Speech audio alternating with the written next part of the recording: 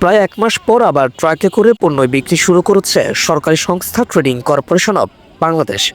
সোমবার থেকে শুরু হয় এই পণ্য বিক্রি। আজ ছিল তৃতীয় দিন। এদিন চট্টগ্রাম নগরীর 21 নং ওয়ার্ড সহ আরও কয়েকটি ওয়ার্ড মিলে দেওয়া হয় তেল, ডাল, চিনি, ছোলা ও খেজুর। এই পণ্য পেতে ট্রাক আসার আগে নির্দিষ্ট স্থানে সকাল থেকে ভিড় করেন লোকজন। প্রতিটি স্থানে 300 থেকে 400 ব্যক্তি থাকলেও পণ্য ছিল 200 জনের।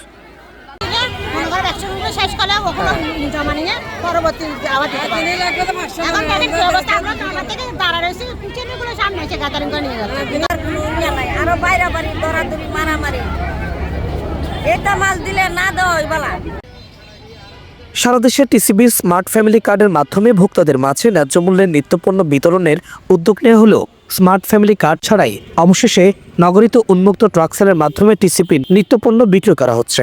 তবে এ নিয়ে গ্রাহকদের অভিযোগেরও শেষ নেই।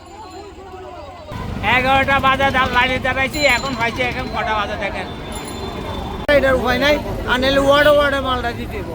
এখন আমি কইলাম না, এই যে বদ্রহাট থেকে মানুষ লয়ে গেছে মনে 50 ঘর, কিন্তু আমরা ভাই না জামালান ওয়ার্ডের হয়ে মানুষ ওয়ার্ড হিসেবে প্রত্যেক ওয়ার্ডের একটা আইডি কার্ড আছে। আইডি কার্ডের ফটোকপি দিয়ে দিত, অন্য ওয়ার্ডের মানুষ এসে নিতে পারত। দীর্ঘক্ষণ অপেক্ষার পর অনেকেই ফিরে যান খালি হাতে। একজন ভোক্তা সর্বোচ্চ 2 লিটার ভোজ্য তেল, 2 কেজি মসুর ডাল, 1 কেজি চিনি ও 2 কেজি ছোলা সহ আধা কেজি খেজুর কিনতে পারবেন। সব মিলিয়ে যার দাম পড়বে 587 টাকা 50 পয়সা।